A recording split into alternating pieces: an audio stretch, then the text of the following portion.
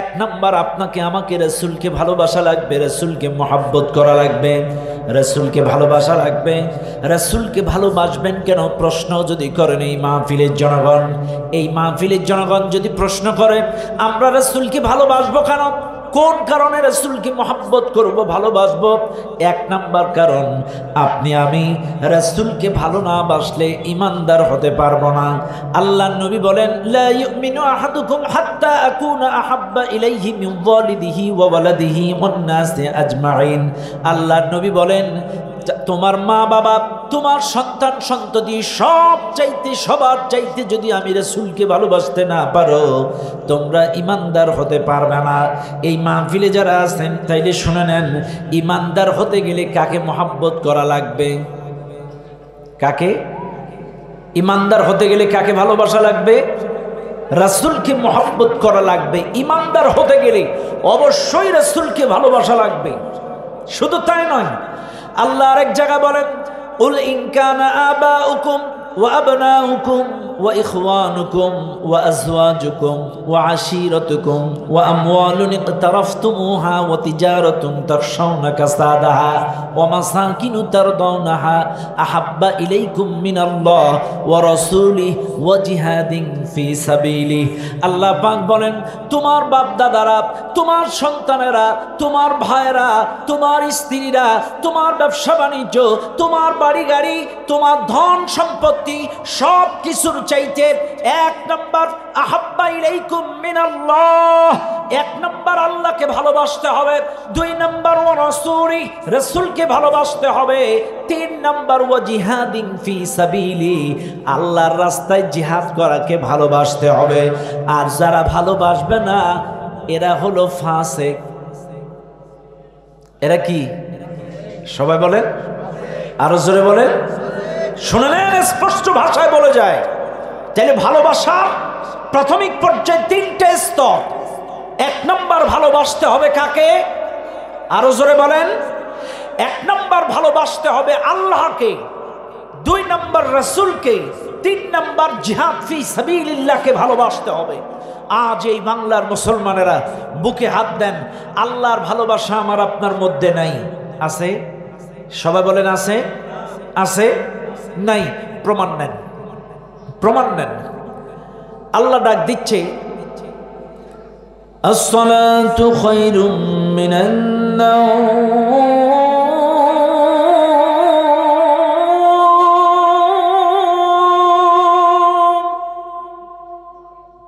ডাক দিছে আপনারে, হাইয়া আলাস সালাহ, হাইয়া আলাল ফালাহ।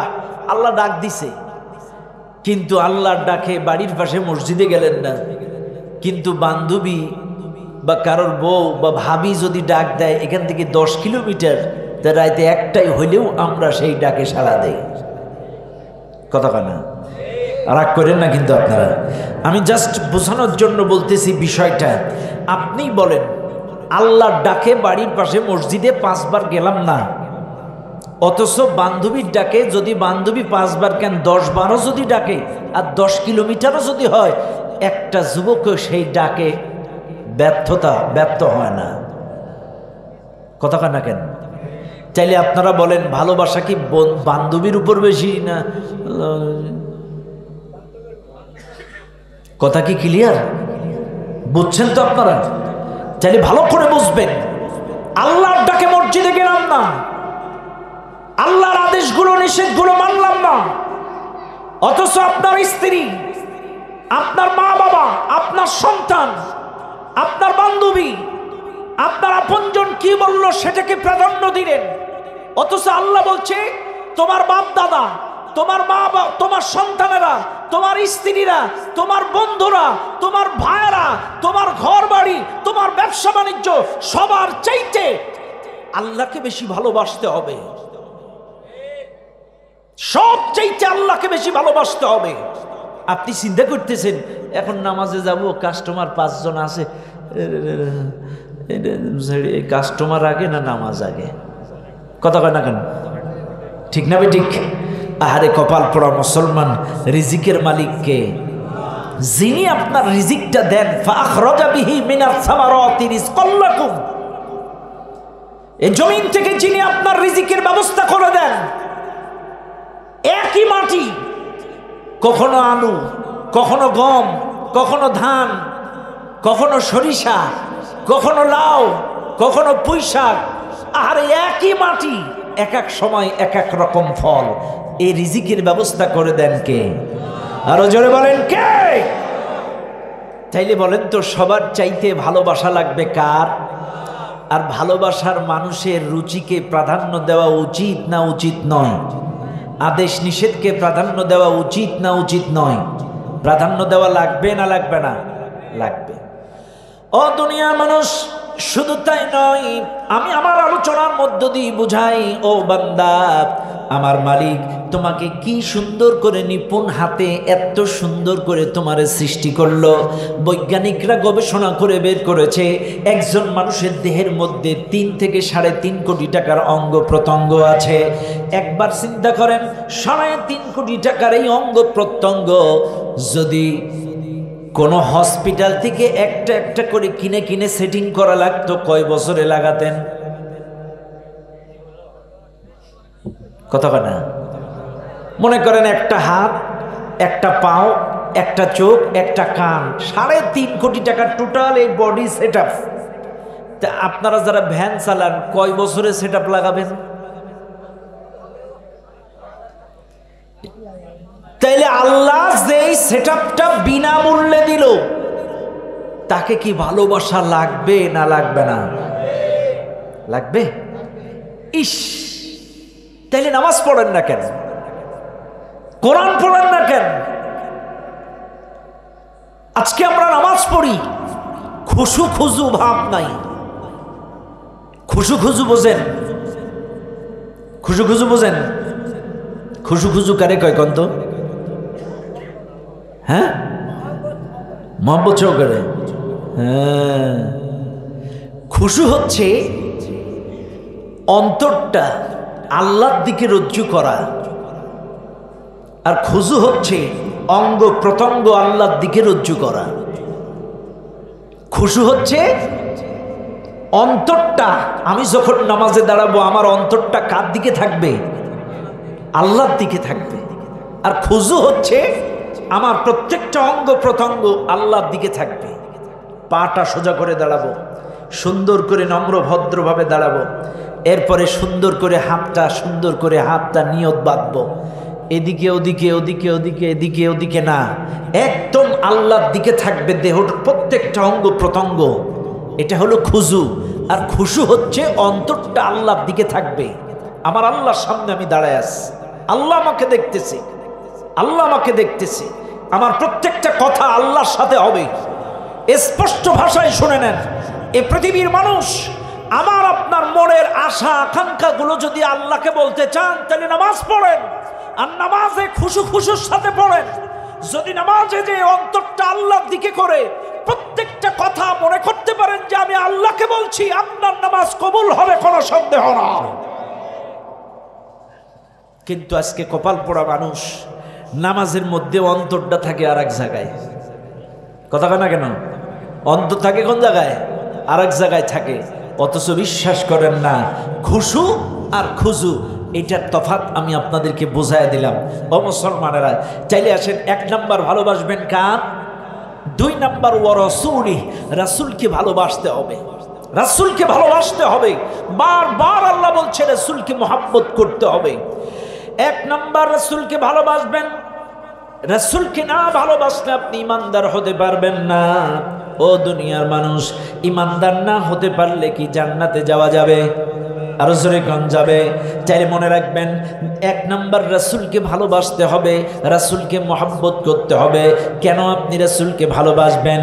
এই কারণে রাসূলকে ভালোবাসবেন, কারণ আমার রাসূলের জামালুনের কারণে রাসূলকে ভালোবাসবেন, আমার রাসূলের সৌন্দর্যের কারণে রাসূলকে ভালোবাসবেন। এই পৃথিবীতে যত নবী রাসূল আল্লাহ তাআলা প্রেরণ করেছিলেন, সবচাইতে সৌন্দর্যের অধিকারী ছিলেন আমার আপনার প্রিয় নবী। এর চাইতে সুন্দর মানুষ আল্লাহর আল্লাহর জমিনে আর একটাও পৃথিবীতে আল্লাহ পাক পাঠান নাই। ও দুনিয়ার মানুষ, আম্মা জান আয়েশা সিদ্দিকা রাদিয়াল্লাহু আনহা, হযরতে আম্মা জান আয়েশা নবীজিকে একদিন ডেকে ডাক দিয়ে বললেন, ইয়া রাসূলুল্লাহ, ইয়া হাবিবাল্লাহ, কোরআনুল কারীমের মধ্যে আপনার চরিত্রের বর্ণনা আছে কিন্তু আপনার সৌন্দর্যের বর্ণনা নাই। ইয়া রাসূলুল্লাহ, কোরআনে কারীমের মধ্যে আল্লাহ পাক বলেন, ওয়া ইন্নাকা লাআলা খুলুকিন আযীম, আমার নবী মহান চরিত্রের অধিকারী, এ সার্টিফিকেট আল্লাহ কোরআনে দিয়েছেন, কিন্তু আপনার সৌন্দর্যের বর্ণনা দেন নাই। কিন্তু ওদিকে ইউসুফ নবীর সৌন্দর্যের বর্ণনা তো আল্লাহ কোরআনে দিয়েছেন। কারণ ওই যে জুলেখা বিবি ইউসুফকে যখন তার অন্দরমহলে সমস্ত নারী সুন্দরীদেরকে ডেকে ডেকে ডেকে এসে বলেছিল, এই পাশ থেকে ওই পাশে যাও, তখন ইউসুফ যখন যাচ্ছিল তারা ফল কাটতে কাটে আঙ্গুল কেটে ফেলেছিল। তারা বলেছিল, ইন হাদা ইল্লা মালাকুম কারীম, মনে হয় কোনো একটা ফেরেশতা, ফেরেশতাদের সাথে পর্যন্ত সমতুল্য করেছিল ওই মিশরের নারীরা। কিন্তু দুনিয়ার মানুষ আয়েশা সিদ্দিকা রাদিয়াল্লাহু আনহা ডাক দিয়ে বলেন, ইয়া রাসূলুল্লাহ, কোরআনুল কারীমের মধ্যে ইউসুফের সৌন্দর্যের বর্ণনা আছে, আপনারটা নাই কেন? তাইলে কি আমি ভেবে নেব আপনার চাইতে ইউসুফ নবী বেশি সুন্দর? বলে, আয়েশা রে, কখনোই না, কখনোই না। ওরা তো ইউসুফ নবীর চেহারা দেখে কাটতে আঙ্গুল কেটে ফেলেছে, ওরা তো আমারে দেখে নাই। শুনে নাও আয়েশা, ইউসুফ ছিল হাসা ফর্সা, তার চামড়াটা ছিল সাদা ফর্সা, আর আমি মুহাম্মদকে আমার মালিক এমন করে বানাইছে, আমার চেহারার মধ্যে আল্লাহ গোল্ডেন প্রলেপ দিয়েছে, আমি গোল্ডেন ফর্সা। এবার বলেন, রূপার দাম বেশি না স্বর্ণের দাম বেশি? সুবহানাল্লাহ বলবেন না? আমাদের নবী বলতেছে, আয়েশা, ইউসুফকে তো আল্লাহ হাসা ফর্সা বানাইছিল, আমাকে গোল্ডেন ফর্সা বানাইছে। এত সুন্দর ছিলেন আমার নবী। শুনে নেন আজকের মানুষ, চাইলে চেহারা সৌন্দর্যের কারণে যদি কাউকে ভালোবাসতে হয়, সেটা একমাত্র আমার নবী। কথা বলেন ঠিক না বেটি? 2 নাম্বার, ভালোবাসবো কেন? কামালুন, সার্বিক যোগ্যতা, যোগ্যতা সম্পন্ন, অলরাউন্ডার। এমন কোন গুণ ছিল না যেটা আমার নবীর মধ্যে ছিল না। কোন দিকটা বলবেন? কোন দিকটা বলবেন? এমন কোন সাইট ছিল না আমার নবীর মধ্যে নাই। তিনি ছিলেন কুস্তিগিরি, তিনি ছিলেন বিচারক, তিনি ছিলেন আদর্শবান স্বামী, তিনি ছিলেন আদর্শবান পিতা, তিনি ছিলেন আদর্শ রাষ্ট্রনায়ক, তিনি ছিলেন আদর্শবান নানা, তিনি ছিলেন আদর্শবান প্রতিবেশী, তিনি ছিলেন আদর্শবান মেহমান, তিনি ছিলেন আদর্শবান মেজবান। এমন কোন সাইট নাই যেই সাইটটা আমার রাসূলের মধ্যে ছিল না। অলরাউন্ডার ছিলেন, অলরাউন্ডার ছিলেন আমার নবী। এই জন্য আমার নবীকে ভালোবাসতে হবে। পাবেন কই এমন একটা রাষ্ট্রীয়, এমন একজন নবী? কই পাবেন? আরে গোটা পৃথিবীর শুরু থেকে এই পর্যন্ত আপনারা দেখেন না? মনে রাখবেন, যতগুলো নবী আল্লাহ পৃথিবীতে পাঠাইছে, আল্লাহ পাক প্রত্যেকটা নবীকেই ভালোবাসছে, কিন্তু আমার নবীকে একটু বেশি ভালোবাসছে। 4টা আঙ্গুলি সমান, যেখানেই কাটবেন সেখানেই ব্যথা লাগবে। সকল নবী আল্লাহর, কিন্তু বলেন তো, পিতা যিনি হন, 4 সন্তানের মধ্যে কাকে বেশি ভালোবাসে? কথা কানা? আমার নবী সবার ছোট ছিল। কথা কানা? আমার নবী সবার ছোট ছিল, কিন্তু তার মানে শানে মর্যাদায় তাকে এত বেশি দিয়েছেন। শুধু এত বেশি দিছে, কিয়ামতের ময়দানে, কিয়ামতের ময়দানে যখন হাসরবাসী দাঁড়ায়া থাকবে, সব মানুষ দাঁড়ায়া থাকবে, সব মানুষ, হাসরবাসী দাঁড়াবে, সূর্য মাথার উপরে, পায়ের নিচে তামা, মাথার ঘেনুগুলো টকবক করে ফুটবে, কান দিয়ে নাক দিয়ে বেয়ে বেয়ে পড়বে।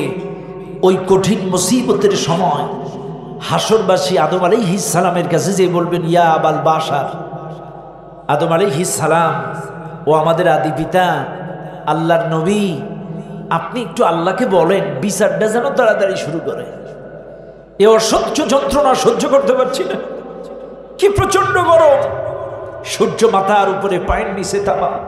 আপনি আল্লাহকে বলেন বিচারটা যেন তাড়াতাড়ি শুরু করে।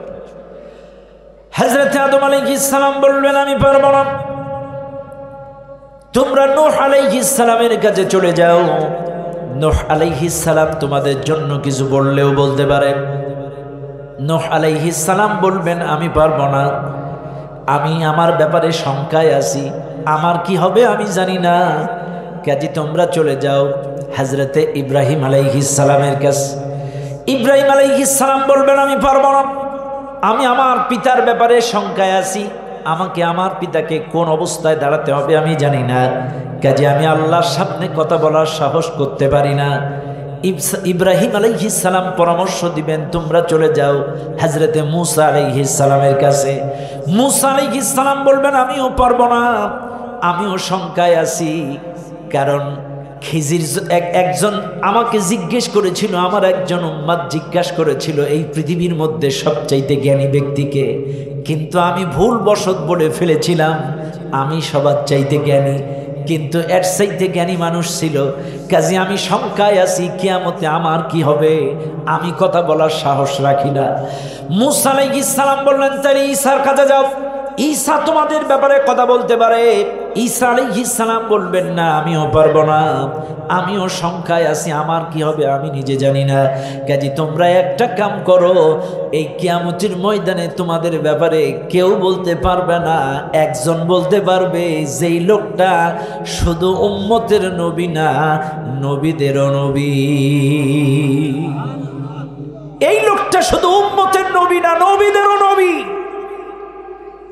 তুমি ওই নবী মুহাম্মাদের কাছে চলে যাও। তোমরা হাসরবাসী যে বলবেন ইয়া রাসূলুল্লাহ বেকায় দেয়, সূর্য মাথার উপরে পায়ের নিচে তামা, আপনি একটা কিছু করেন, আল্লাহকে বলেন বিচারটা যেন তাড়াতাড়ি করে। আমার আপনার নবী বলবেন হ্যাঁ আমি তোমাদের ব্যাপারে কথা বলবো, তবে ডাইরেক্ট কথা বলার ক্ষমতা আমার নাই। শুনে নাও হাসরবাসী, এই কিয়ামতের ময়দানে কোনো একজন মানুষ ডাইরেক্ট আল্লাহর সামনে কেউ কথা বলতে পারবে না, আমিও পারবো না। ইয়াউমা ইয়াকুমুর রূহ ওয়াল মালাইকাতু সাফফান লা ইয়াতাকাল্লামুনা ইল্লা মান আদিনা লাহুর রহমান ওয়া ক্বালা সাওয়াবা। আল্লাহ পাক বলেন ওই কিয়ামতের ময়দানে সমস্ত মানুষ দাঁড়ায় থাকবে, সমস্ত রূহ দাঁড়ায় থাকবে, সমস্ত ফেরেশতারা দাঁড়ায় থাকবে, লা ইয়াতাকাল্লামুন কেউ কোনো কথা বলতে পারবে না, ইল্লা মান আদিনা লাহুর রহমান ওয়া ক্বালা সাওয়াবা। আল্লাহ যদি দয়া করে কাউকে পারমিশন দেয় সেই কেবল কথা বলতে পারবে। কাজে শুনে নাও এই ময়দানে কেউ কথা বলতে পারবে না, আমিও পারবো না, তবে আমি আল্লাহর কাছে কথা বলার জন্য পারমিশন চাইবো। তোমরা আসছো আসো, আমি মাকামে মাহমুদের সামনে সেজদায় পড়ে যাব, লম্বা সেজদায় পড়ে যাব। এই সেজদাটা হবে একমাত্র আল্লাহর কাছে কথা বলার ব্যাপারে পারমিশনের জন্য। সেজদায় পড়ে অনুমতি প্রার্থনা করবেন, আল্লাহ যদি দয়া করে আমাকে কথা বলতে দেয় আমি কথা বলতে পারবো। আল্লাহ যদি দয়া করে আমাকে কথা বলতে দেয় আমি কথা বলতে পারবো। ও মুসলমানেরা, চাইলে এই কিয়ামতে কেউ কিন্তু কথা বলার সাহস করে নাই। আমার আপনার নবী কথা বলার ব্যাপারে অনুমতির জন্য সেজদায় পড়ে প্রার্থনা করবেন। ও দুনিয়ার মানুষ, কি নবী আমরা পেয়েছি, অলরাউন্ডার যোগ্যতা সম্পন্ন নবী, এমন কোনো দিক নাই তার মধ্যে ছিল না। সব দিক থেকে আমার নবী সেরা, আমার নবী নানার দিক থেকে সেরা। আজকে যাদের দাদা আছেন নানা আছেন শুনে নেন, নাতিপুতারে কেমন আদর করেন মহাব্বত করেন আমি জানি না, কিন্তু আমার নবী কি নবী, নবী মেম্বারে খুতবা দিচ্ছেন, এমন সময় হাসান হুসাইন দুলতে দুলতে আসে। আমার নবী হাসান হুসাইনকে, ছোট্ট হাসান হুসাইনকে কোলে নিয়ে তারপরে খুতবা দিয়া শুরু করেছে। আমাদের মসজিদের হুজুর যদি এরকম করতো চাকরি থাকতো, কথা কানা, ও চাকরি কোন জায়গায়, বটতলায়। অথচ রাসূল তার নাতিরা আসতেছেন তাদেরকে কোলে করে নিয়েই খুতবা দিয়েছেন। এত বেশি আদর করতেন, সুমা খাইতেন নাতিদের। এক সাহাবী বলতেছে হুজুর আপনি খালি হাসান হোসেন রে চুমা খান, খালি চুমা খান, আমার 10টা ছেলে মিলে একটারও চুমা খাইনি। হুজুর বলতেছে যে দয়া করে না সে দয়া পায় না, যে দয়া করে না সে দয়া পায় না। এজন্য যারা দেখবেন বাচ্চাদেরকে সময় দিয়েছেন, আদর করেছেন, স্নেহ করেছেন, সাথে সাথে রেখেছেন, এরা বাবাকেও বয়সকালে সাথে সাথে রাখে। কথা কয় না কেন? ঠিক না ঠিক? এজন্য রাসূল বলেছিলেন যে দয়া করে না সে দয়া পায় না। এই জন্য আমাদেরকে এটা মাথায় রাখতে হবে। সম্মানিত ভাইরা আমার, বাবাজিরা আমার, তাহলে 1 নাম্বার হুব্বি রাসূলিল্লাহ, সবচাইতে রাসূলকে বেশি মহব্বত করা লাগবে, ভালোবাসা লাগবে। কথাটা কার? আরো জোরে বলেন কার? আল্লাহর রাসূলকে মহব্বত করা লাগবে। আর আল্লাহর রাসূলকে এত বেশি মহব্বত করা লাগবে, রাসূলকে যদি এই পৃথিবীতে কেউ গালি দেয়, রাসূলকে যদি এই পৃথিবীতে কেউ আঘাত করে, কটাক্ষ করে, ব্যঙ্গ করে, তাকে না মারা পর্যন্ত ইমানদার মুসলমান ক্ষান্ত হতে পারে না। রাসূলকে যদি কেউ আঘাত করে, গালি দেয়, আজকে লক্ষ্য করেন, আগে কিন্তু হাদিস বলেছিল লা ইউমিনু আহাদুকুম হাত্তা আকুনা আহাব্বা ইলাইহি মিন ওয়ালিদিহি ওয়া ওয়ালাদিহি ওয়ান নাসি আজমাইন। সবার চাইতে রাসূলকে ভালোবাসতে হবে।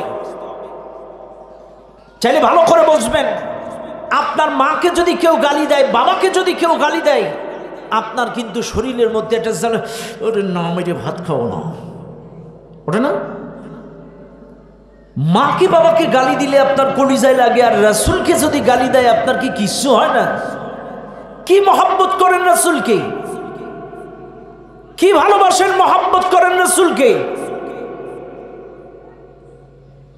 অথচ বদরের যুদ্ধ যখন হয়ে গেল, বদরের যুদ্ধে মুসলমানদের সংখ্যা ছিল 313, কাফেরদের সংখ্যা ছিল 1000। এই যুদ্ধের ময়দানে মুসলমান 313 জন শহীদ হয়ে গেল।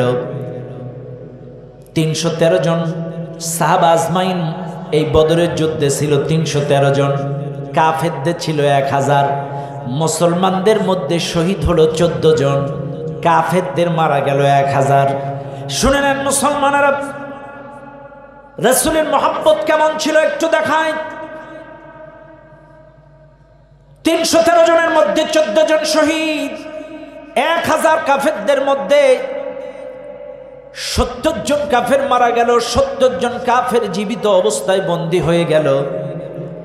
এইবার মুসলমান যখন বিজয় লাভ করলো, এই সংবাদ যখন মক্কার কাফেরদের কাছে চলে গেল, মক্কার কাফেররা এই সংবাদটা পাওয়ার পরে বড্ড সন্তুষ্ট হয়ে গেল। 1000 কাফিরের কাছে মাত্র 313 জন কেমনে বিজয় লাভ করে? আমাদের মাটির উপরে থাকার চাইতে নিচে থাকাই ভালো, মাটির উপরে থাকার চাইতে নিচে থাকাই ভালো। 1000 কাফেরা 313, আমরা জিততে পারলাম না, উপরে থেকে কি করবো? মাটির নিচে থাকাই ভালো। এইবার কাফেররা চিন্তা করল মুহাম্মাদের বিরুদ্ধে কুৎসা রটাও, ব্যঙ্গ করো, কটাক্ষ করো। যেহেতু বিজয় লাভ করতে পারি নাই, মুহাম্মাদের বিরুদ্ধে কিছু কুৎসা রটাও। এইবার মক্কার বড় একজন কবি সাহিত্যিক ছিলেন কাব বিন আশরাফ। এই কাব বিন আশরাফ এবার রাসূলের বিরুদ্ধে ব্যঙ্গ করা শুরু করে দিল।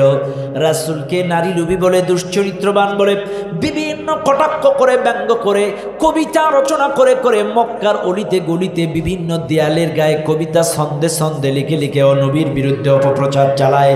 আজকে বাংলার মুসলমান, আপনারাও বলেন তো, এই বাংলার বুকে যারাই হক কথা বলেছে, সত্য কথা বলেছে, আল্লাহ আল্লাহ নবীর পথে চলেছে, তাদের বিরুদ্ধেও নারী কেলেঙ্কারির মামলা দিছে কি দেয় না? মক্কায় বদরে বিজয় লাভ করেছে মুসলমান। বদরের যুদ্ধে বিজয় লাভ করার কারণে মক্কায় রাসূলের বিরুদ্ধে কবিতা রচনা হচ্ছে, রাসূলকে ব্যঙ্গ করে, কটাক্ষ করে। কেন? ওই বিজয় লাভ করতে পারে নাই, এদিকে নারী লোভী বলে, দুশ্চরিত্রবান বলে অপপ্রচার চালাচ্ছে। আমার বাংলাদেশের দিকেও তাকান, আলেমদের জনপ্রিয়তা এই জালেমেরা ঠেকাতে পারে নাই, আলেমদের ভালোবাসার জনপ্রিয়তা ঠেকাইতে পারে নাই, আল্লামা দিলওয়ার হোসেন সাঈদীর জনপ্রিয়তা ঠেকাইতে পারে নাই, মতিউর রহমান নিজাম আমির জনপ্রিয়তা ঠেকাইতে পারে নাই, মামুনুল হকের জনপ্রিয়তা ঠেকাইতে পারে নাই। প্রত্যেকটা আলেমের বিরুদ্ধে ধর্ষণের মামলা দিয়ে জেলখানায় বন্দী করে রেখেছিল। কথা বলেন ঠিক না বেটা?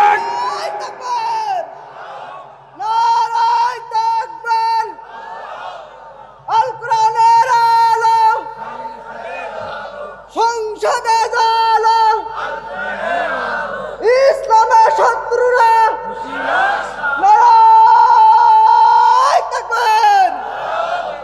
নবীদেরকে পর্যন্ত নারী লোভী দুশ্চরিত্রবান বলেছে। মুসা আলাইহিস সালামকে নারী লোভী দুশ্চরিত্রবান বানিয়েছে। এরপরে জাকারিয়া আলাইহিস সালামকে নারী লোভী দুশ্চরিত্রবান বানাইছে। ইতিহাস সাক্ষ্য দেয় এই জমিনে যারাই হক কথা বলেছে, সত্য কথা বলেছে, তাদেরকেই নারী কেলেঙ্কারিতে ঢুকাইছে। কথা বলেন ঠিক না বেটে? ইতিহাস সাক্ষী দেয়। প্রথম থেকে এই পর্যন্ত তাকায়া দেখেন, যারাই এই জমিনে দ্বীনের কথা বলে, হকের কথা বলে, সত্যের কথা বলে, তাদের বিরুদ্ধে নারী কেলেঙ্কারি দেয়। কারণ যেই এর চরিত্রের মধ্যে একটা কালিমা লিখে দিবে, মানুষ আর ওর ওয়াজ শুনবে। কি ওয়াজ শুনবে? কথা বলে না। মুসা আলাইহিস সালাম যখন দাওয়াত দেয়, মুসা আলাইহিস সালাম চতুর্দিকে যখন দ্বীন প্রচার করে, মুসা আলাইহিস সালামের বিরুদ্ধেও ধর্ষণের অভিযোগ এনেছিল। কারুন আর ফিরাউন দুজনে মিলে ষড়যন্ত্র করে তারা মুসা আলাইহিস সালামের বিরুদ্ধেও ষড়যন্ত্র করেছিল যে মুসার দিন প্রচার বন্ধ করতে গেলে একটা নারী কেলেঙ্কারিতে ঢুকাইতে হবে। কেমনে ঢুকাইতে হবে? রাতের অন্ধকারে কারুন চলে গেল ওই জামানার একটা প্রফেশনাল পতিতার বাড়ি, তার নাম ছিল সাবজা। এই প্রফেশনাল পতিতার বাড়িতে যে সাবজা, এই নাও 5 আর সাক্ষ্য দেওয়ার পরে 5। তোমার কাজ হবে, মুসা যখন এই মানুষগুলো নিয়ে ওয়াজ করবে, তুমি খালি যাইয়ে পাবলিকের সামনে একবার বলবা, কার ওয়াজ শুনতেছো? এই হুজুর আমার পতিতালয়ে যায়। খালি একটা মিথ্যা সাক্ষ্য মারি দিবা, এই নাও 5 আর সাক্ষ্য দেওয়ার পরে 5, 10 লাখ দিরহাম তোমাকে দেওয়া হবে। মুসা আলাইহিস সালামের বিরুদ্ধেও ষড়যন্ত্র করেছিল নারী কেলেঙ্কারি, কিন্তু সবগুলো সমাধান করে দিয়েছেন কে? আরো জোরে বলেন কে? আল্লাহ। যুগে যুগে আজকের কোরআনের পাখিগুলোকে নারী কেলেঙ্কারিতে ঢুকানোর চেষ্টা করেছে, কিন্তু ইজ্জতের মালিক কে? আরো জোরে বলেন কে? ইতিহাস সাক্ষী, আজকের জোর জুলুম করে মানুষের উপরে ঘাড়ে পা দিয়ে লাথি মেরে চাঁদাবাজি করে 15ই আগস্ট পালন করা লাগে। আর শহীদ আল্লামা দিলওয়ার হোসেন সাঈদী রাহিমাহুল্লাহ 1 বছর পরে মারা গেল, অথচ গোটা বাংলাদেশে কোনো চাঁদা লাগে নাই। অলিতে গলিতে গ্রামে গ্রামে তার আত্মার মাগফিরাত কামনা হয়েছে, মাইক বেজেছে। কথা বলেন ঠিক না বেঠিক? এটাই সাক্ষী, এটাই ইজ্জতের মালিককে। সাদাবাজি করে গলায় পা দিয়ে বাধ্যতামূলক মাইক লাগাইছে, আর ইমামের তো চাকরি থাকবে না যদি তুই দোয়া না করিস। প্রত্যেকটা ইমামকে ওয়ার্নিং দিয়েছে, যদি দোয়া না করিস আজকে বঙ্গবন্ধু জানিয়ে দেবে না। তাইলে গলায় পা দিয়ে বাধ্য করে ব্ল্যাকমেল করে দোয়া করা লাগছে, আর কোরআনের পাখির জন্য বাধ্য করা লাগছে। আরও আমাদের ইসলামী আন্দোলনের নেতারা বলেছে, খবরদার খবরদার, ওদের সাথে যদি রেষারেষি করেন তাহলে পার্থক্য আরও থামাই দিছে। যদি ইসলামী আন্দোলনের নেতারা না থামাইতো, 14ই আগস্টে গোটা বাংলাদেশে বিশ্ব রেকর্ড হয়ে যেত। কথা ঠিক না? আলহামদুলিল্লাহ, আলহামদুলিল্লাহ। তবে কোনো রাগ করার কোনো কায়দা নাই। যুগে যুগে যারাই হকের পথে ছিল তাদেরকে মিথ্যা কলঙ্ক দেওয়া হয়েছিল, এটা অসন্তুষ্ট হওয়ার কোনো সুযোগ নেই। মক্কা বদরের যুদ্ধে বিজয় লাভ করল মুসলমানেরা। এদিকে মুহাম্মাদের বিরুদ্ধে এই কবিতা রচনা করে বিভিন্ন দেয়ালে দেয়ালে লেপটে দেয়, দেয়ালে দেয়ালে এঁকে দেয়। এই সংবাদ যখন বিশ্বনবীর কানে এলো, রাসূলের ভালোবাসাটা বোঝানোর জন্য বলছি, দেয়ালে দেয়ালে লিপটে যখন দেয়, এই সংবাদ যখন আমার নবীর কানে এলো, নবী আমার সমস্ত সাহাবাদেরকে মদিনার বুকে একত্রিত করে বলে, ও আমার সাহাবারা, ও আমার সাহাবারা, মক্কার বড় কাফের এই কাফের কাব বিন আশরাফ আমার বিরুদ্ধে কবিতা রচনা করেছে, মুসলিম নারীদের বিরুদ্ধে কলঙ্ক দিয়েছে, আমাকে নারী লোভী দুশ্চরিত্রবান বলেছে। ও আমার সাহাবারা, তোমাদের মধ্যে কে আছে এই অ্যাকশন নিতে পারবা, এই নাস্তিকের বিরুদ্ধে কাফিরের বিরুদ্ধে অ্যাকশন নিতে পারবা? কে আছো তোমরা বলো? একজন সাহাবী দাঁড়ায় গেলেন, সাহাবাটার নাম মুহাম্মদ বিন মাসলামা। মুহাম্মদ বিন মাসলামা বলেন, ইয়া রাসূলুল্লাহ, আমি আছি এই নাস্তিকটার বিরুদ্ধে অ্যাকশন নেব। ইয়া রাসূলুল্লাহ, আপনি বলেন এই অ্যাকশনটা কি ধরনের হওয়া লাগবে? আমি কি তাকে পৃথিবী থেকে বিদায় করে দেব নাকি? কারণ রাসূল বললেন দাও, কারণ আমাকে গালি দিয়েছে, আল্লাহকে গালি দিয়েছে, মুসলিম নারীদেরকেও ব্যঙ্গ করেছে, ওর বেঁচে থাকার অধিকার নাই, চান্স পাইলে মাইরে দাও। শুনে নেন দুনিয়ার মানুষ, মুহাম্মদ বিন মাসলামা বাড়ি চলে গেলেন। মুহাম্মদ বিন মাসলামা একদিন, 2 দিন, 3 দিন যায়, খেতে পারে না, বসতে পারে না, ঘুমাইতে পারে না, চিন্তায় তার শরীরটা খারাপ হয়ে যায়। 3 দিন পর্যন্ত কিছু খাইতে পারে না। একজন সাহাবী এসে বলছেন, ইয়া রাসূলুল্লাহ, মুহাম্মদ বিন মাসলামা খাওয়া দাওয়া ছেড়ে দিছে। এইবার নবীজি ডাক দিয়ে বলে, মুহাম্মদ বিন মাসলামা এদিকে আসো, আমি শুনলাম তুমি খাওয়া দাওয়া ছেড়ে দিছো নাকি? বলছি, ইয়া রাসূলুল্লাহ, আমি আপনাকে কথা দিয়েছিলাম ওই নাস্তিক কাব বিন আশরাফের বিরুদ্ধে অ্যাকশন গ্রহণ করব, কিন্তু ইয়া রাসূলুল্লাহ আমি এর কেমনে মারবো, কোন ফর্মুলায় মারবো?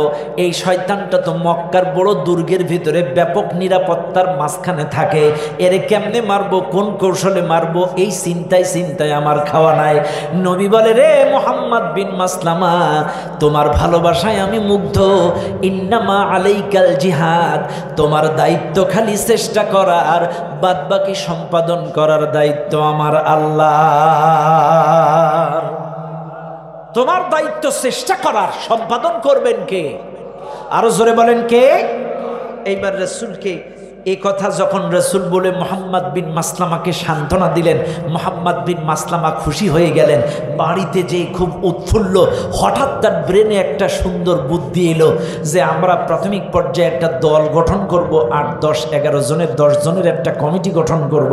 আর এই কমিটিটা রাসূলের কাছ থেকে অনুমোদন নেব, অনুমোদন নেওয়ার পরে আমরা কাম করব। কি কেমনে? তখন বলতেছে, আমরা যাই অনুমোদন নেব। কিভাবে নেব? দেখেন, এই মুহাম্মদ বিন মাসলামা একটা কমিটি তৈরি করে রাসূলের কাছে গেছে। রাসূলের কাছে যেয়ে বলছে, হুজুর, আমরা একটা কমিটি গঠন করেছি, প্রাথমিক পর্যায়ে এই কমিটি কাব বিন আশরাফের বাড়ি যাব, ছলে বলে কৌশলে ওর সাথে সুসম্পর্ক তৈরি করব। সুসম্পর্ক তৈরি করতে গেলে কিন্তু আপনার বিরুদ্ধে ওর সাথে সম্পর্ক তৈরি করব, তাইলে আপনার বিরুদ্ধে কিছু আমাদেরকে মিথ্যা অপবাদ বা কিছু কথা আমাদেরকে বলা লাগবে আপনার বিরুদ্ধে, নাইলে ওর সাথে আমাদের সম্পর্ক গাঢ় হবে না। একটু বেয়াদবি মাফ করবেন, পারমিশন দেন, আগের থেকে অনুমতি নিয়ে নিচ্ছি, মাপ চেয়ে নিচ্ছি। বলছে তাই, ঠিক আছে, যাও, পারমিশন দিলাম। এই 10 জন কমিটির মধ্যে একজন লোক ছিল, এর নাম আবু নাইলা। এই নাইলা ছিল কাব বিন আশরাফের সৎ ভাই, এও ইসলাম কবুল করে মদিনায় চলে আসছে। এখন 10 জনের মধ্যে আবু নাইলাও আছে। 10 জন কমিটি, তারা রাতের অন্ধকারে কাব বিন আশরাফের বাড়ির সামনে যেয়ে ডাক দিছে, কাব বিন আশরাফ, কাব বিন আশরাফ চিনতে পারছে, এরা তো মুসলমান। কি বাবা? বন্ধু, এই আব্দুল্লাহর বেটা মুহাম্মদ সুবিধাজনক লোক না। আব্দুল্লাহর বেটা মুহাম্মদের কারণে আমাদের ব্যবসা বাণিজ্য লস। আব্দুল্লাহর বেটা মুহাম্মদের কারণে আমরা কোনো জায়গায় চলতে পারি না, ঘুরতে পারি না। আব্দুল্লাহর বেটা মুহাম্মদের কারণে খুব সমস্যায় আছি। এই যখন বলছে, বিরুদ্ধে বলছে, কাব বিন আশরাফ বলছে, এই যে সব আমার লোক, এই যে মুহাম্মদের বিরুদ্ধে বলছে মানে আমার লোক। ঠিক আছে, ঠিক আছে, বসো বসো। কাব বিন আশরাফ মনে করছে সব আমার লোক। এইবার বিরুদ্ধে যখন বলছে, কাব বিন আশরাফ বলছে আসো। এইবার হঠাৎ গল্প করতে করতে করতে করতে মুহাম্মদ বিন মাসলামা বলছে, বন্ধু, তোমার কাছ থেকে কিছু টাকা ধার নিতে চাই, টাকা ধার নিতে চাই। তখন বলছে, টাকা ধার নিবা, জামানত ছাড়া ধার দেব না। জামানত দাও, টাকা নাও। কি জামানত? কাব বিন আশরাফ বলছে, তোমাদের সন্তানগুলো আমার কাছে জামানত দাও। বলছেন না, আমাদের সন্তানগুলো যদি তোমার কাছে জামানত রাখি, এই সন্তানেরা বড় হলে আমাদেরকে কটাক্ষ করবে, আমাদেরকে এরকম করবে, বলবে যে আমাদের পিতারা দারিদ্রতার ভয়ে আমাদেরকে জামানত রেখে টাকা নিয়েছিল কাব বিন আশরাফের কাছ থেকে, এটা খুব বেদনাদায়ক হবে, কাজে এটা সম্ভব না, অন্য কিছু বলেন। তখন কাব বিন আশরাফ বলছে ঠিক আছে, সন্তান দেওয়া লাগবে না, তোমাদের বউগুলো বন্ধক দাও। কত বড় খারাপ, তোমাদের বউগুলো জামানত দাও। তখন এই মোহাম্মদ বিন মাসলামা খুব চালাক, মোহাম্মদ বিন মাসলামা বলতেছে দেখো, তোমার যে চেহারা, তোমার যে ফিটনেস, একটু হাওয়া দিচ্ছে আর কি, তোমার যে ফিটনেস, যে বডি স্ট্রাকচার, তোমার কাছে আমাদের বউগুলো জামানত রেখে আমরা তো নিশ্চিন্তে থাকতে পারবো না। তখন বলতেছে ঠিক আছে, তোমরাই বলো কি দিতে চাও। আর এমনি দেখবেন কাফের যারা বামপন্থী ইসলাম বিদ্বেষী, এরা পাম দিলেই ফলে, কথা কয় না, কথা ঠিক না বেঠিক? দেখবেন এই জালেম যারা ছিল, এদের হাওয়া দিলেই মোটামুটি বাঘ বাকুম পায় না, কথা ঠিক না বেঠিক? এখন আসেন কাব বিন আশরাফ বলছে ঠিক আছে ঠিক আছে, তোমরা বলো কি দিতে চাও। এবার মোহাম্মদ বিন মাসলামা ডাক দিয়ে বলে, আমরা আমাদের কাছে যেই অস্ত্রগুলো এই মুহূর্তে, তলোয়ারি ঢাল যেগুলো আমাদের কাছে আছে, এগুলো তোমার কাছে জামানত রেখে ধার নিতে চাই। নির্দিষ্ট টাইমে জামানাতের মাল নিয়ে তোমাদের টাকাগুলো ফেরত দিয়ে দেব। কাব বিন আশরাফ বলছে ঠিক আছে, তাতেই আমি রাজি, এগুলো জমা রাখো, এর বিনিময়ে টাকা নাও। শুনে নেন দুনিয়ার মানুষ, এই অস্ত্রগুলো জমা দিয়ে বিনিময়ে টাকা ধার নিয়ে তারা চলে গেল। আসলে কিন্তু দারিদ্রতার অভাবের কারণে টাকাটা নেয় নাই, অভাবনাটন ব্যবসা বাণিজ্য লসের কারণে টাকা নেয় নাই। এটা ছিল মোহাম্মদ বিন মাসলামার কৌশল। যদি টাকা ধার নেওয়া যায়, এই টাকা কিস্তি আকারে পরিশোধ করার জন্য এর বাড়িতে কয়েকবার আওয়াজ যাওয়ার সুযোগ হবে। লেনদেন আছে যেহেতু, টাকা দেওয়া নেওয়া আওয়া যাওয়ার সুযোগ হবে, আর আইতে যাইতে যেদিনই নিরিবিলি পাবো সেদিনই মাইরে দেব। এই কৌশলে কিন্তু টাকাটা ধার নিয়েছিল, মূলত দারিদ্রতার কারণে নয়, ব্যবসা বাণিজ্য লসের কারণে নয়। মোহাম্মদ বিন মাসলামা টাকা ধার নিয়ে বাড়িতে চলে গেলেন। বেশ কিছুদিন হয়ে গেল, মক্কার কাফের কাব বিন আশরাফ এখনো পর্যন্ত তার কবিতা প্রচার প্রসার বন্ধ করে নাই, এখনো পর্যন্ত মুহাম্মাদের বিরুদ্ধে অপপ্রচার চালায়, এখনো পর্যন্ত নারীর বিভিন্নভাবে কটাক্ষ করে, মুসলিমদের, মক্কার মুসলমানদেরকে কটাক্ষ করে, গালিগালাজমূলক, অপমানমূলক এইভাবে রচনা করে দেয়ালে দেয়ালে পোস্টার আকারে লিখে রাখে। ও দুনিয়ার মানুষ, এইবার মোহাম্মদ বিন মাসলামা আল্লাহর নবীর কাছে যেই বলে, হুজুর দোয়া করেন, আজকে এই চূড়ান্ত রায়, আজকের যে কোনো মূল্যে ওরে আমরা মাইরে দেব। এইবার কাফির বেঈমানদেরকে মারার উদ্দেশ্যে রওনা দিবেন। 10 জন যেই মুসলিম সাহাবারা ছিলেন, এরা একত্রিত হয়ে একটা সিদ্ধান্ত নিলেন, আমরা কেমনে মারবো, কোন ফর্মুলায় মারবো, আগে সিদ্ধান্তটা তোমাদেরকে